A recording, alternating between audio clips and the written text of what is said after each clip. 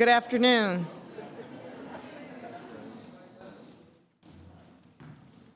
Good afternoon. My name is Carla Williams Scott, and I'm the Director of the Department of Neighborhoods, and I'd like to welcome you all to the City of Columbus Annual Yom HaShoah Observance Holocaust Remembrance Program. Now, if you would please rise for the presentation of the colors.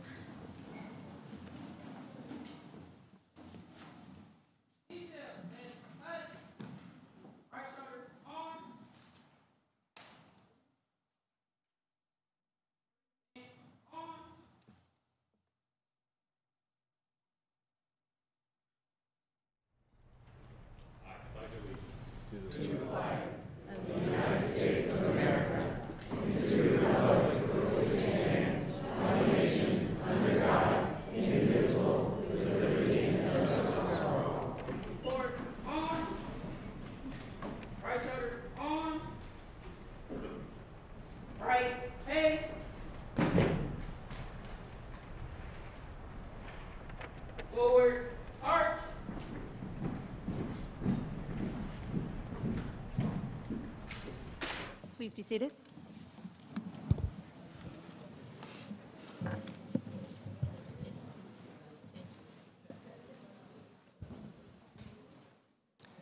Welcome to the 33rd Annual City of Columbus Holocaust Remembrance Program.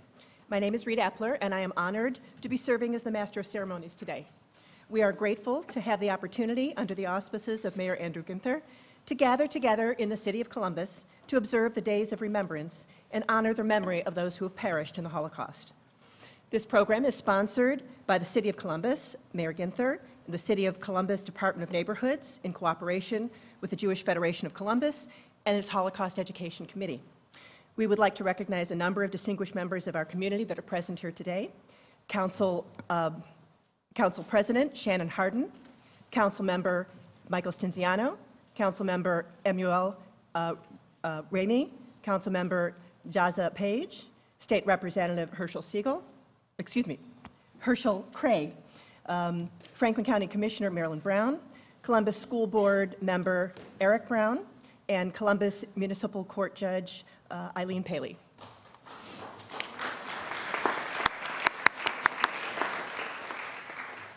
Thank you all for your continued support and attendance here today. Thank you also to Carla Williams Scott, Director of the Department of Neighborhoods, and to Fort Hays High School. In addition, we recognize the Columbus Chapter of Jewish War Veterans, Saul Lobb, and all the other veterans that are present in our audience here today. From the Jewish Federation, we also would like to acknowledge Diane Sachs, the Senior Vice President of Operations, and Justin Shaw, the Director of Jewish Community Relations. And of course, our thanks to the survivors who are all present with us here today. This past year, we also lost several important members of our community. We lost a dear friend and colleague, Bob Lane. Bob served as the Vice President of the Federation's Jewish Community Relations Committee, which is responsible for today's program. Bob was tireless in his struggle against hate, bigotry, and anti-Semitism, always fighting for what he believed was just. We also lost one of our community's treasures, Alfred Tibor, a courageous Holocaust survivor who spoke out with his voice and through his art to remind us of the horrors of the Holocaust. Today, we honor his memory and the memory of so many who we lost during the Holocaust. We hope you will join us for the conclusion of the program in Battelle Memorial Park at a sculpture that was created by Mr. Tibor. This Holocaust program is in large part about educating the next generation to be a more tolerant people and remain ever vigilant. We therefore recognize the students that are present in City Hall chambers today that represent a variety of schools across Central Ohio. Today we have with us Dublin Kaufman High School, Hilliard Davidson, Darby, and Bradley High Schools, Mifflin Middle School. And now it is my pleasure to call upon the Mayor of our City of Columbus, Andrew Ginther, with a few words of welcome. Mayor?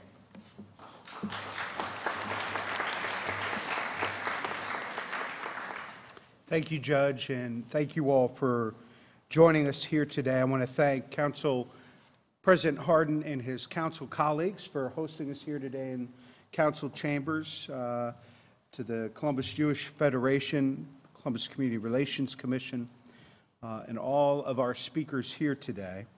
I want to thank all of the assembled clergy, elected officials, and distinguished guests here today for this observance of Yom HaShoah, or Holocaust Remembrance Day. Nelson Mandela said, "Our differences are our strength as a species and as a world community." Today, as we mark this most solemn occasion, we remember the time when it was differences that led to the slaughter of 6 million people. And we remember the scar this blatant act of violence has left on the Jewish people in Columbus and around the world. Today, we must also remember that there are still countless others persecuted by blind ignorance and hatred. But we can also do more than simply remember. We can expand our ability to connect to others. We can teach that there is no them. There is only us. Here in Columbus, we respect and celebrate our differences, differences in thought, perspective, differences in experiences and cultures, differences in gender and age. Here in Columbus, our differences make our community that much stronger. Our differences and our celebration of these differences are among the reasons that I believe this city is so special, and that we're building an example here to not just share around the country, but the world. We promote equality and respect for differences as a core community value, and we work to protect those who are the target of hatred and violence by creating the framework of a free and just society. This solemn occasion of Yom HaShoah is an opportunity for all of us, from all walks of life, to remember the lives of those who lost theirs, as well as those who were persecuted during this dark time in human history. It's an opportunity to honor the legacy of those who survived. Just read recently that many young people have struggled with understanding and remembering what Auschwitz meant, what the significance of the Holocaust was to the world and to our brothers and sisters. And I'm here to tell you today that I don't view that as an indictment of our young people, but a challenge to all of us to make sure that we share with them these powerful stories and ask them to commit, to remember, and to share these stories with their classmates, their family members, their friends. The way that we ensure we never repeat this and see this happen again is to commit to one another, to remember, to share the stories, and commit to each other. Amplify our collective ability to remember and to be kind and to take care of one another and to speak out when we see wrongdoing, no matter who may be doing it, and to make sure that such horrors never, ever happen again. Thank you.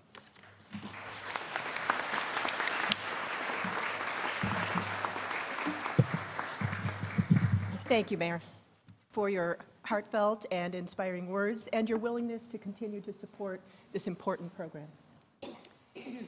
The Holocaust raises many questions about humanity, life, and faith. We are here today to recall, memorialize, and bear witness. We remember those who lost their lives. We recall the events that led to the Holocaust in order to learn from them. We remember those who helped to bring an end to the Holocaust, and we remember those who helped to liberate survivors. And we remember lest we forget and bear the consequences. The events and circumstances that led up to the Holocaust were both simple and complex. The rise of Nazi Germany after World War I set the stage. The first concentration camp, Dachau, was established in 1933 as a prison in a process to instill fear into the population and to silence political opposition. Boycotts of Jewish businesses began. Jews were barred from educational institutions, hospitals, professional employment, public parks, libraries, and even beaches. Anti-Semitism grew until the Jews were stripped of citizenship through the Reich citizenship laws. Then the infamous Nuremberg laws of the Third Reich in 1935 formally segregated Jews by barring intermarriage, household employment, and the display of national symbols by Jews. By 1938, Jews were being encouraged to leave Germany. They were prohibited from jobs, and their businesses were registered. The world was not completely unaware of these developments, but the response of the world was put to the test on Kristallnacht, the Night of Broken Glass, which was a government-sanctioned terrorist action during the night and early morning of November 9th and 10th of 1938. Hundreds of synagogues throughout Germany were destroyed. Jewish businesses were looted and destroyed, and tens of thousands of Jews and opponents of the Nazi regime were interned in concentration camps. Sadly, as Elie Wiesel stated, the world did not believe, and the world stood silent. Kristallnacht is viewed by many as the tipping point toward the implementation of Hitler's final solution, the genocide that was the Holocaust. Without significant response from the international community, Kristallnacht, the discrimination and destruction, continued. The Holocaust was a systematic process from discrimination to isolation from society, the stripping of civil and human rights, and ultimately, genocide. But the destruction of a people does not occur overnight or without warning. Rather, it is a process that separates and demonizes a people until they are dehumanized. When the Nazis and their allies implemented the final solution, the Jews and other groups were identified for extermination, such as homosexuals and gypsies. They fit squarely into the category of others. They, too, no longer had a right to live. We are here today to acknowledge that hatred is often contagious. When any group is discriminated against, it is usually just a matter of time until others are added in and included as well. Jews in Europe gradually began to understand the goal and the magnitude of what was happening, and organized resistance did begin.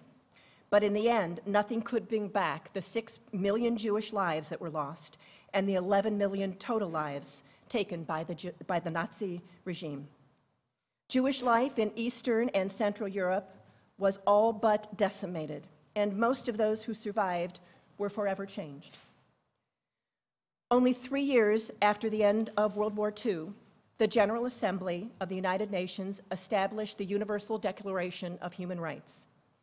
As atrocities have continued in the aftermath of the Holocaust, in Sudan, in Rwanda, in Kosovo, we are called upon to remember, recall, memorialize, and bear witness to their stories, to learn from them, and to work to prevent repetition of more atrocities. Collectively, as a society, each of us, as an individual, bears this responsibility. And as stated by Elie Wiesel, to remain silent and indifferent is certainly the greatest sin of all. Therefore, we are here today to remember, and our presence here serves as our testimony that we will not be silent. Today, we bear witness to the testimony from our guest speaker, Zahava Rendler. We are doing so in these halls of power, City Hall chambers where we sit today, to ensure that as a community, that silence and indifference will not persist. Zahawa was born in Poland shortly before the Nazi invasion. A Polish neighbor hid her parents, and about 30 others in an underground bunker. After hiding there for about a year, her parents had to give Zahawa to a Polish woman that was participating in the resistance movement. Later, she was taken by a Polish Catholic family and also spent time in a nearby convent. After the war, she was reunited with her parents, and eventually her family settled in Haifa and later in Cincinnati, Ohio. Please help me welcome our speaker, Zahawa Rindler.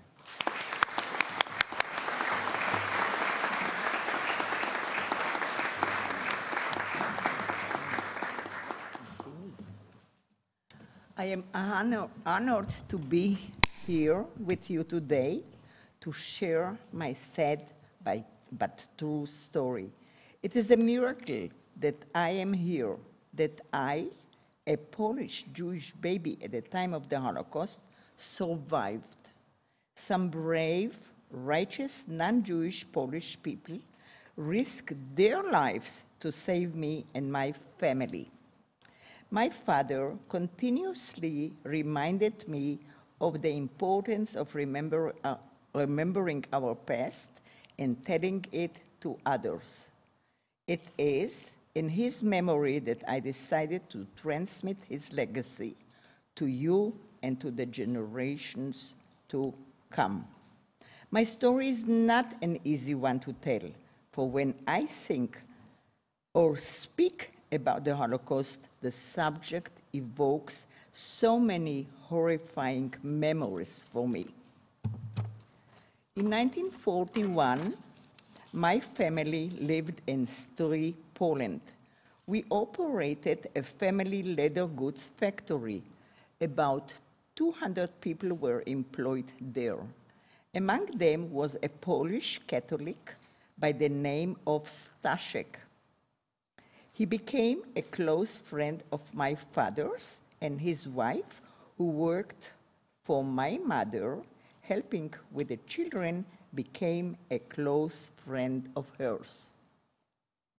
When the Germans finally were closing on Stry, Staszek told my father that he had an underground bunker that could hold about 32 people. Children could not be included.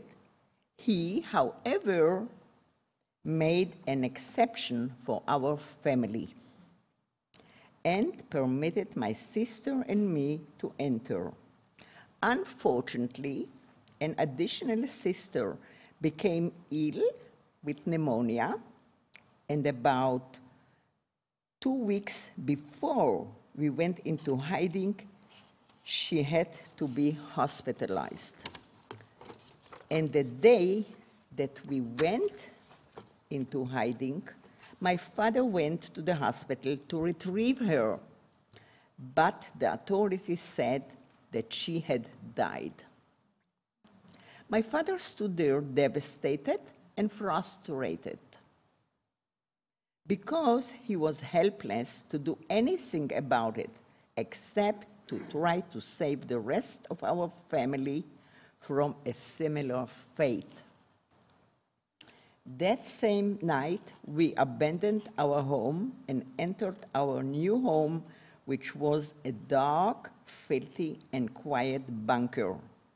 The adults spoke in whispers. Because I was an infant and bound to cry, they gave me sleeping pills to calm my hunger, cold, and fear. My father never gave up hope of seeing the sunshine one day.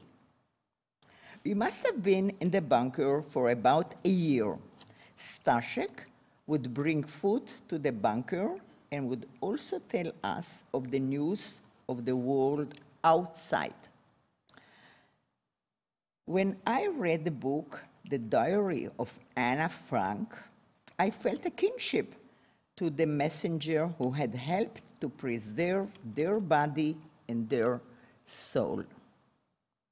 Because of the great personal danger of Staszek, he only visited us once or twice a week. He always endeavored to bring maximum of food with him. When the people in the bunker went into hiding, they took gold coins and jewelry with them. This enabled Stashek to buy food and whatever rations were needed. On one of his visits, he informed us that if he were not to appear for a week, we were to flee and seek refuge elsewhere. He also told my father, Mendel Feuerberg, that in a nearby city of Lvov, there was a Catholic family which had agreed to hide me in their home. They had prepared false identification papers for me with a new name of Olga Pachulchak instead of Zahava Golda Feuerberg. My parents began to call me Olga to prepare me for my unknown future. I might have been about 2.5 years old by then. The family in Lvov received payment for my stay, but could not maintain me for long because of the great personal danger to them. They placed me in a nearby convent where I lived for about 2 years. I remember finding myself among strange children. I was dressed in long stockings that had holes in the heels and which constantly fell down, and oversized shoes which made walking difficult for me. The clatter reverberated on wooden floors as I walked through the long halls. The air raid siren, the falling bombs, and the crying children, and I among them, are sounds that still reverberate in my ears. My daily companion were cold, hunger, and fear. My parents were unaware of what had happened to me. Our friend and protector, Stashek, never returned. We feared that he was sacrificing his life to save us. Everyone except for me remained in the bunker throughout this ordeal because there was nowhere to flee. Furthermore, they were too weak and sick to leave. Had they left, the Poles in the outside world would have handed them over for ransom to the Germans. They survived because occasionally someone managed to sneak out of the bunker and scavenge for food. When the war ended in 1945, my parents abandoned their hiding place, and my father immediately went to retrieve me for the Polish Catholic family in whose care I have been placed.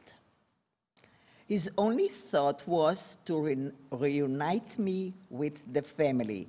He did not worry about our future, destination, or destiny.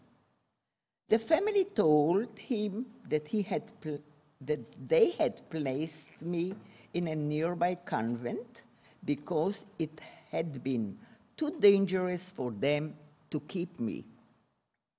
When my father came to the convent, the nuns denied that Olga Pachulchak was in their midst. It was by then known that many convents were reluctant to return Jewish children to their parents after the war. They felt that their mission was to convert as many children to Catholicism as possible. By chance, after my father had shown a picture of me to a Jewish parent whose child had also been placed in the same convent, she told him that she thought that she had been in the same place and she saw me there. My father continued to return to the vicinity of the convent until the day that he might spot me. One day he saw me playing in the yard. He sneaked into the convent during the evening, bribed a nun with a Polish kielbasa, a Polish sausage. She handed me over to my father and dropped me over the wall and jumped after me. That same evening, my parents, my sister, and I fled to a nearby city, but had nowhere to go. My parents were afraid that they would be arrested for kidnapping, so we hid in a forest for the night. After a short time, my father learned that there was a secret organization which would help homeless Jews find a new home in Palestine. So in 1946-47, we boarded the illegal Haganah boat Atzmaut to Palestine, where the British caught us and sent us to a displaced person camp in Cyprus. We lived behind barbed wires for months. One night, we were rescued by the Haganah, the Jewish underground, and taken in small boats to Palestine. But we were caught again by the British and taken to the tent city of Atlit, where we stayed for a few months before we were allowed to settle in Haifa. By then, I was about 6 years old and began to attend kindergarten. I grew up in Haifa, where I became a real Sabra, a native born. The trauma of the Holocaust faded in my memory, and I felt like any normal child. But now, as an adult, thoughts of the Holocaust seem to make me hear the voices of the 6 million grandmothers, grandfathers, parents, and children who were not as lucky as me. Of these 6 million, 1.5 million were children under the age of 14. Since I survived, it is my duty to be their voice. When I say 1.5 million children were murdered, most people are shocked. But how can anyone begin to visualize this horrendous number? Think about, I'm talking about Riverfront Stadium in Cincinnati, which holds approximately 58,000 people when it is filled to capacity. It would take this stadium filled to capacity 26 times to equal the number of children who were murdered. I can remember and mourn, but I can never forgive in the names of the innocent Jewish people who were murdered. My heart is still very heavy and full of anger and sorrow. I will not allow others to deny or ever forget what happened about 70-some years ago to my family and to my people. History is something that we are supposed to learn from, and yet, 70-some years later, horrendous crimes against humanity still take place. The message which you must take away with you today is that each of you is important. I must demand of each individual here to learn about and then learn from the past, so that you can open your minds to the future, for only we can impact the future. You must learn to recognize every sign of prejudice so that you can stamp out hatred. You must never be silent, because silence is, in itself, is its own consent. Not one of us is better than another. For this reason, we must treat each other with fairness and respect, whatever the difference may be in our color or in our religions. The Bibles of the world teach us to be decent human beings, not cruel and narrow-minded. If we forget human decency, we become lost to the rest of mankind. If we practice prejudice, we kill that decency. Thank you.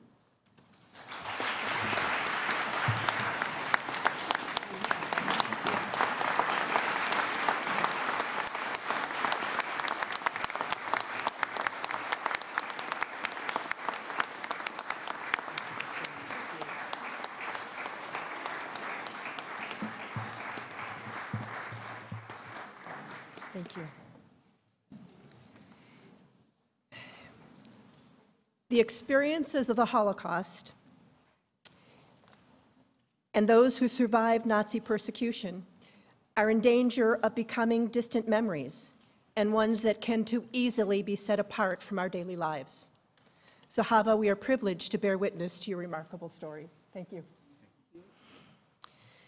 To honor the memory of the 6 million Jews that were murdered by the Nazis during the Holocaust, Rabbi Rick Kellner, senior rabbi at Congregation Beth Tikva and president of the Columbus Board of Rabbis, will present 6 survivors to light candles.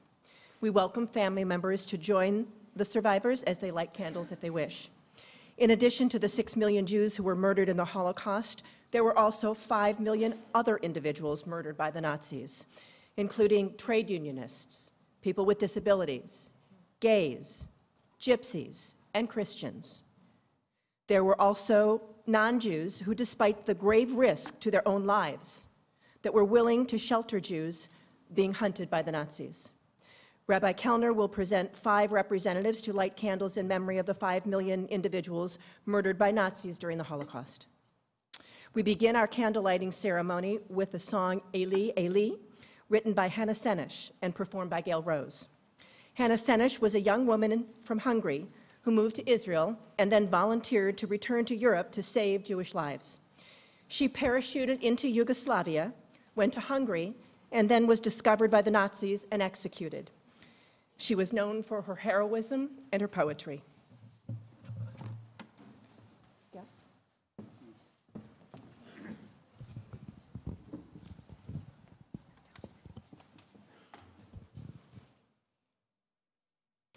Eli, Eli, shelo yigmer leolam, hachov v'chayam, rishrush ha'amayim, barak ha'shamayim.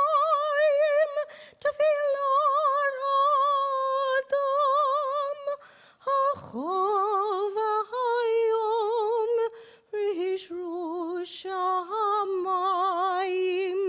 Baruch Shamayim, Tefilat Adam. O Lord, my God, I pray that these things never end. The sand and the sea, the rush of the waters, the crash of the heavens, the prayer of the heart, the sand and the sea, the rush of the waters, the crash of the heavens, the prayer of the heart.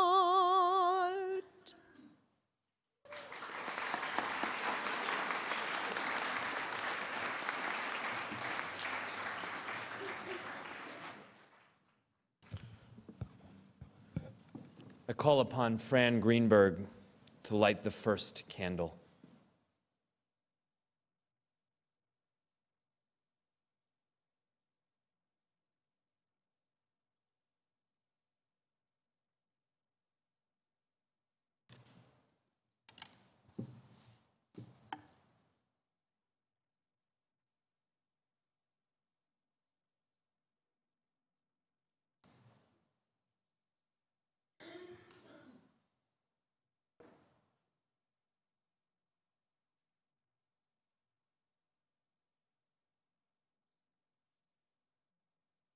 I call upon Esther Pass to light the second candle.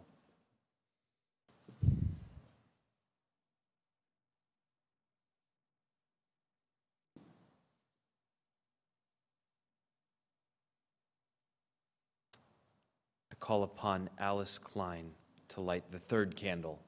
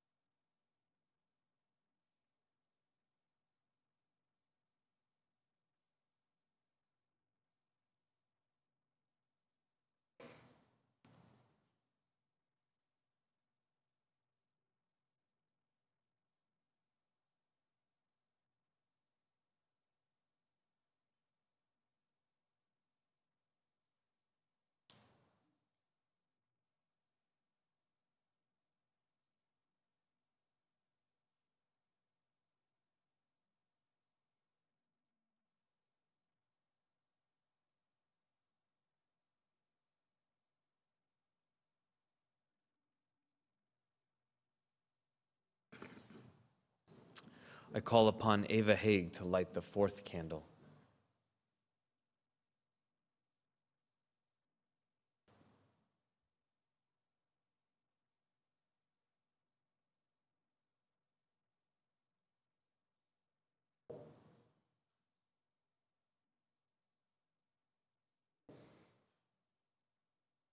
I call upon Christina Salutsky to light the fifth candle.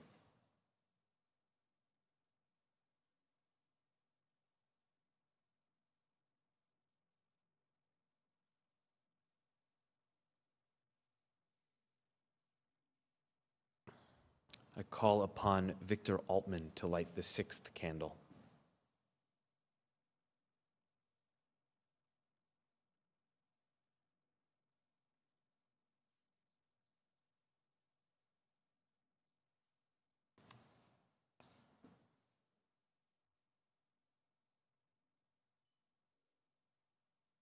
I'd now like to call upon Brendan Pratt to light the first candle in memory of those who were disabled, who were taken from us.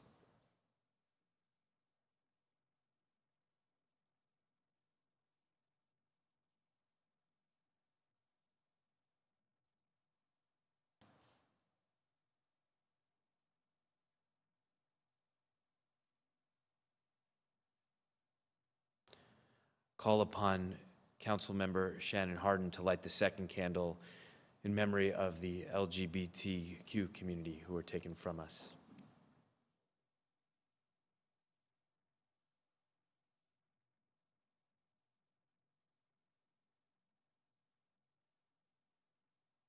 I call upon Barry Pickett to light the third candle in memory of the Unionists who were taken from us.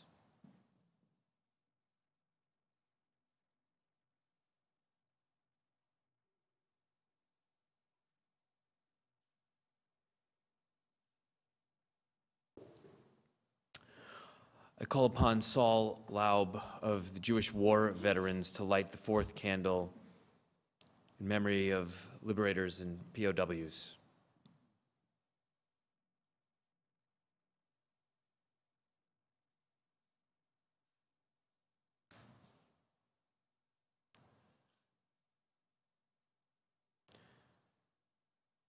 I call upon Johnny Oak to light the fifth candle in memory of the Roma community.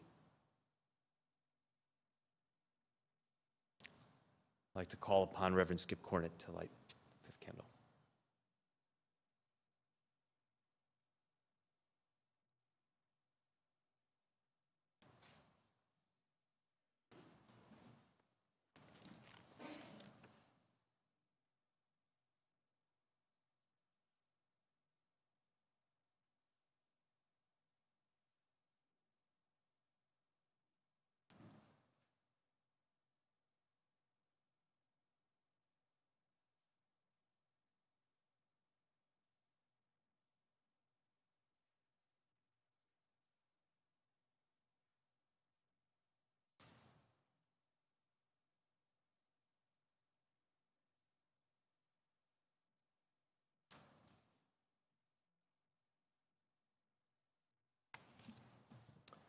We've certainly been challenged by our speaker to look out for our neighbors, to watch out for them, to protect them from persecution,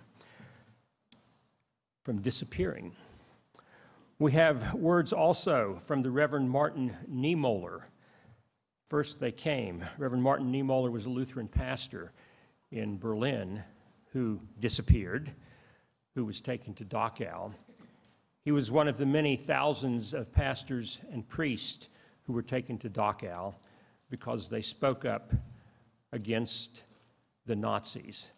They opposed what the Nazis were doing. They engaged in resistance.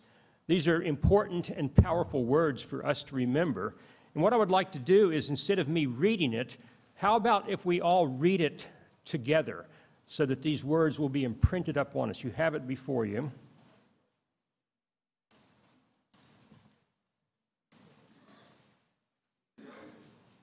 First they came together. First they came for the communist, and I did not speak out because I was not a communist. Then they came for the socialist, and I did not speak out because I was not a socialist. Then they came for the trade unionist, and I did not speak out because I was not a trade unionist. Then they came for the Jews, and I did not speak out because I was not a Jew. Then they came for me, and there was no one left to speak out for me. Thank you.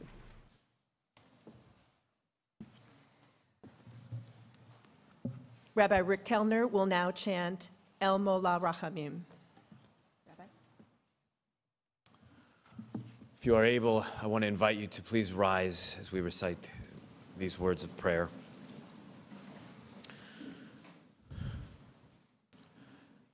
El Malei Rachamim,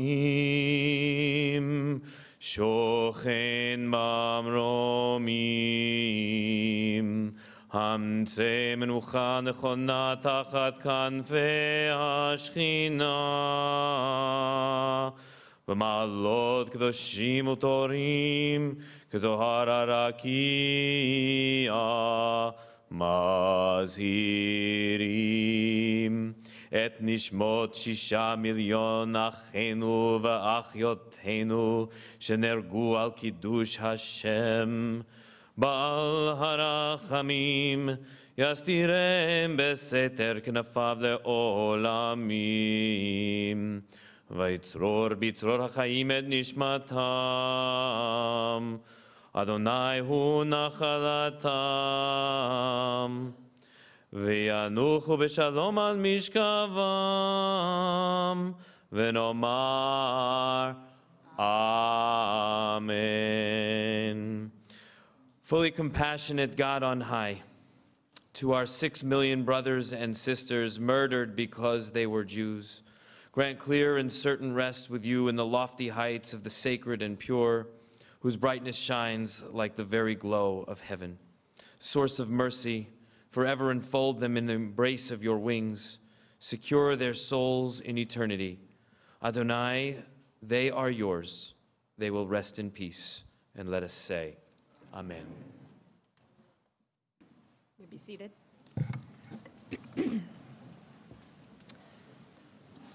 Thank you to Rabbi Kellner, Reverend Cornett, and to our candlelighters and Gail Rose.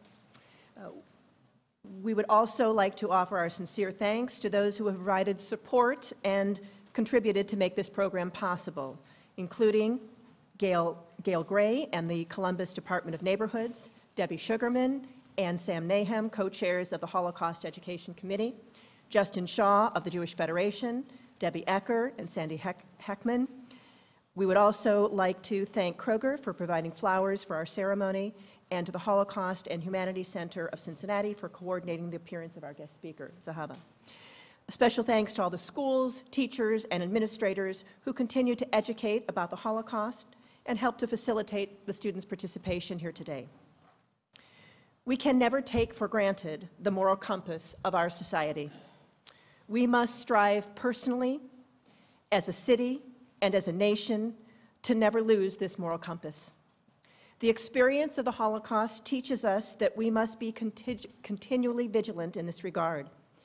It is particularly fitting in today's world to reflect on the potential for each of us to make a difference.